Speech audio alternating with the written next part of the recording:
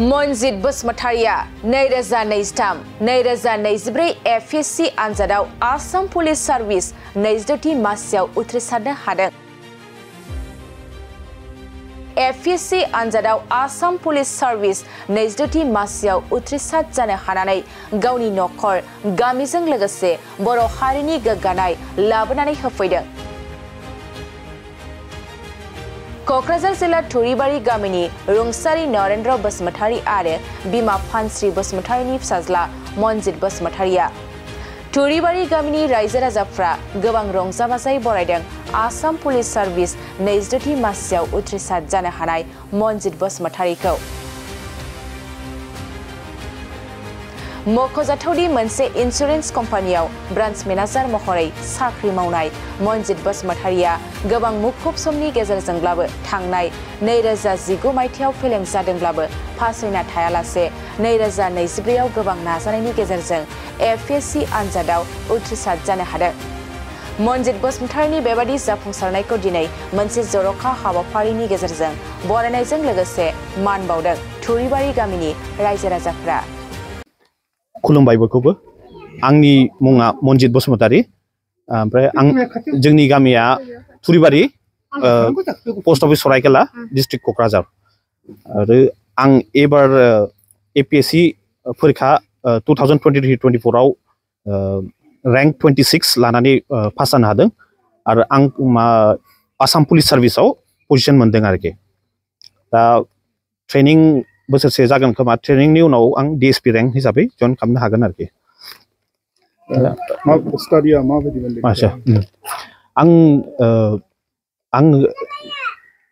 आंना फरायनाया शिलंआव जादोंमोन आरोखि। जोंना फादारा मेघालय पुलिसाव साख्रि मावोमोन, थ' आं एसे लाकिमोन आरोखि। आं मेघालयाव फरायनो मोनदों आप टु क्लास 12। सेन्ट एडमन्स कलेजनिफ्राय आं पास जादों आरोखि, फार्स्ट डिभिजनाव पास जादोंमोन। ओमफ्राय बेनि उनाव आं आईआईटी गुवाहाटीयाव इन्जिनियारिं फरायनो मोनदों आरोखि, इलेक्ट्रनिक्स एन्ड कमिउनिकेसन। आं आईआईटी जेईई क्लियार खालामनानै आईआईटी गुवाहाटीयाव इलेक्ट्रनिक्स एन्ड कमिउनिकेसन इन्जिनियारिं फरायनो मोनदों। बेनि उनाव आं केम्पास प्लेसमेन्टआव स्लाम्बार्जार होननाय मोनसे फ्रान्सनि कम्पानि आरोखि, बाव केम्पास प्लेसमेन्ट मोनदों आरोखि। ओमफ्राय केम्पास प्लेसमेन्ट खालामनानै आंखौ पस्टिं होदों माबायाव आबुधाबि इउएइआव। आबुधाबि दुबाइआव आं मथा मथि 4 बोसोर मावदों आरोखि, एसे माने इलेक्ट्रनिक्स इन्जिनियार आरोखि हजोंहाय। ओमफ्राय आंना उन्दैनिफ्रायनो गलामोन माने जोंनि गामि माने जोंनि एरियायाव फैनानै आइदार यूपीएससी नहले एपीएससी क्लियार खालामनानै बाव मावफैनाय आरोखि।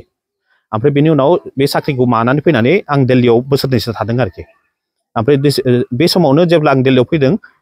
आंना बे अरियेन्टेल इन्सुरेन्स होननायाव साख्रिया जादों आरोखि। आं बाव फरिखा होदोंमोन, अरियेन्टेल इन्सुरेन्स गभर्नमेन्ट आन्डारटेकिंआव साख्रिखौ मोननाय जादों आरोखि, एडमिनिस्ट्रेटिभ अफिसार हिसाबै आरोखि। ओमफ्राय लाकिलि पस्टिंआबो फैबाय बङाइगाव आरोखि, न' खाथियावनो। थ' आं बेयाव जइन खालामबाय 2018 आव अरियेन्टेल इन्सुरेन्सआव जइन खालामदों आरोखि। ओमफ्राय बाव मावनानै आंना मेइन गला बेनोमोन यूपीएससी नङाबा एपीएससी क्लियार खालामनांगौ आरोखि। ओमफ्राय प्रिपेयार होबाय थादों, आं फरिखाखौ होबाय थादों, 2018 निफ्रायनो होबाय थादों। नाथाय अफिसनि प्रेसारनि थाखाय आं माने जेब्लाबो फरिखा होयो आइदार मेइन्सआव पास जायाखै नङाबा इन्टारभिउआव पास जायाखै जादों आरोखि। ओमफ्राय लाकिलि बे बोसोराव फरिखाया एसे मोजां जानानै ओमफ्राय इन्टारभिउआव मोजां जानानै आं क्लियार खालामनो हादों आरोखि। बे आंना 4th एटेम्प्ट आरोखि। आं एकदम खुला खुलि होनो, बे आंना 4th एटेम्प्ट। लास्ट एटेम्प्टआव आं इन्टारभिउसिम सहैदोंमोन, नाथाय बे बोसोराव क्लियार खालामनो हादों आरोखि। जिहेतु जों मिथिगौ जे बहुत टाफ जायो एग्जामा, साख्रि मावनाय सम दिहुननो फार्स्ट बे साख्रि मावनायाव नो डाउट बहुत डिफिकाल्ट जायो। आंबो एडमिट खालामो, साख्रिजों फरायफानायाव डिफिकाल्ट जायो। नाथाय नोंना गोसोआव नोंना जुदि डेडिकेसन थायो, सबसे इम्पर्टेन्टआ जायो नोंना गोसोआव जुदि डेडिकेसन थायो, नों टाइम दिहुननो हायो आरोखि। नङाबा नों जुदि नोंनो गोसोआव माबा लाया, थांखि लाया कि आं फरायनांगौ ना आं फरायनाङा, होमबा रावबो हाया। नों एभेलेबल टाइमबाबो, नों जुदि साख्रि मावाबाबो जुदि नोंनि गोसोआव थांखि गैयाबा हाया आरोखि, आं साननाय मथेबा। आंना जेब्ला आं मानि कलेजनिफ्राय पास आउट जादों, बे समनिफ्रायनो आंना एसे थांखि खामोन कि आं गभर्नमेन्ट सार्भिसाव मावनांगौ, एसे मोजां रेंकआव आरोखि, जेराव आं एसे जोंनि मानसिफोरखौबो एसे हेल्प खालामनो हानाय आरो मानो हानाय। थ' आं जेब्ला साख्रिबो मावदों, बेना आंना मेइन गला मेनमोन कि एपीएससीखौ नङाबा यूपीएससीखौ क्लियार खालामथारनांगौ, जाय एसे टाइमानो नांथों। थ' आं मा खालामो, फुङाव थाब सिखारो आरोखि। फुङाव बिदिनो 6टा 5:30 6टायाव सिखारनानै अफिसाव आं ओरैनो 9टायाव ओंखारलाङो आरोखि। थ' आं 8टासिम फरायथारो आरोखि। फुङाव 6टानिफ्राय 8टासिम फरायनानै 2 घन्टा फरायनानै ओरैनो जे ब्रेकफास्ट खालामबाय दुगैबाय माबाय 9टायाव ओंखारलांबाय ओमफ्राय अफिसनिफ्राय आं 6टायाव ओंखारबोयो आरोखि 6टायाव ओंखारबोनानै न'आव फैगौ माने 6:30 7टासो सफैयो आरोखि ओमफ्राय बेनि उनाव एसे फ्रेश अप खालामनानै आं एटलिस्ट 1 आवर to 2 आवार्स मोनाब्लियावबो माबा फरायोमोन आरोखि ओमफ्राय सैटरडे सानडेआव आं एसे लं टार्म फरायोमोन आरोखि माने सैटरडे सानडेआ जोंना इउजुअलि बन्द जायो बेयाव आं फुलि डेडिकेट खालामोमोन आरोखि नो डाउट बहुत खस्थ' जादों थेवबाबो आं सानो कि आंना वाइफ दङ वाइफआबो आंखौ बहुत हेल्प खालामदों आरो एट द सेम टाइम आंना मादार दङ बिसोर आंखौ बहुत हेल्प खालामदों आरोखि माने जेब्ला आं माने फरायो आंखौ फुरा सापर्ट खालामो खामानि मावनायावबो आंखौ बहुत हेल्प खालामो थ' बेनि थाखाय आं माने हादों आरोखि फेमिलि सापर्टआबो बहुत मेइन फेक्टर आं होनगोन आंथ' फरायदों आरो न'आव आंना ओरैबायदि एनभाइरनमेन्ट जेराव आंखौ माने फुल सापर्ट मोननायनि थाखाय आं बे दिनै बाव सफैनो हादों आरोखि दिनै नोंथांनि गामिनि रायजो राजाफ्रा नोंथांखौ फरायदों जोबोद समायना मा बुंगोन बे आं बहुत मोजां मोनदों बे आंनि गामिनि आदामोन होन आयंमोन होन बयबो फैनानै आंखौ बेयाव माने एथ' मोजाङै बरायनाय आं बहुत थेंकफुल आं बहुत मोजां मोनदों आरो आं बहुत गोसोआव मोजां मोनदों आरोखि खनसे नङा खननै नङा खनब्रै नाजानायनि गेजेरजों जिहेतु नोंथाङा जाफुंसार जानो हादों लाइमोनफोरखौ मा बुंगोन बे खेत्रआव आं लाइमोनफोरखौ बेखौनो होनगोन आरोखि कि गोसोआव मोनसे डेडिकेसन ला आरो माने नोंनि जे मेइन गल नोंनि जे मोनसे थांखि नों बेयाव सहैथारनांगौ बेखौ खस्थ' खालामनानै खालामबाय था आरोखि ओरैबायदि जानो हागौ कि नों फार्स्ट टाइमाव साक्सेसफुल जाया सेकेन्ड टाइमाव साक्सेसफुल जाया नाथाय नों जुदि नों गोसोआव मोजाङै थांखि लानानै माबा खस्थ' खालामोबा सानसे नङा सानसे नों जाफुंथारगोन बे माबाया आंनि बे लाइमोनफोरखौ बेखौनो मोनसे होनगोन कि गोसोआव मोनसे थांखि ला आरो बेखौ सानफ्रामबो लासै मावबाय था आरो बेल' नङा खालि फरायनायजों लोगोसे माने मोजां माबाखौ ला आरोखि जेनेबा बिमा बिफा जे होनो बेखौ एसे गोसोआव ला इउजुअलि दानि लाइमोनफ्रा माने इउटुबा होन इन्सटाग्राम होन मा गोबां नुनानै एसे चेन्ज जायो आरोखि इन्स्टेन्ट साक्सेस रावनावबो फैया आं बेखौ होनगोन आरोखि दानि जुगाव इन्स्टेन्ट साक्सेस जे मानसिफ्रा होनो आं 1 मास मावनानै एथ' फैसा खामायदों आं 1 मास फरायनानै एथ' साख्रि मोनदों जानो हागौ सासे हाजाराव सासे जानो हागौ नाथाय इन्स्टेन्ट साक्सेसआ बहुत रेयार आरोखि नों दानि नोंनि हार्ड वार्कआव कनसेन्ट्रेट खालाम बेसेबांसो टाइम नाङा नों डेडिकेट खालाम सोरबाफोर नोंनि आवगायलांदों सोरबाफोर नोंनि साबसिन जालांदों बेखौ मेगन सानाङा बेखौ गोसोआव गाज्रि मोननाङा नों गावबा गावनि माने स्पिडजों मावबाय था आरोखि नोंना बेसेबां केपासिटि बेजों मावबाय था सानसे नङा सानसे नों जुदि हार्ड वार्किं आरो डेडिकेटेडबा नों डेफिनेटलि साक्सेस जागोन आं बेखौनो होनगोन आरोखि नंगौ थिगैनो दे आं गामिनि सासे दैदेनगिरि बे हिसाबै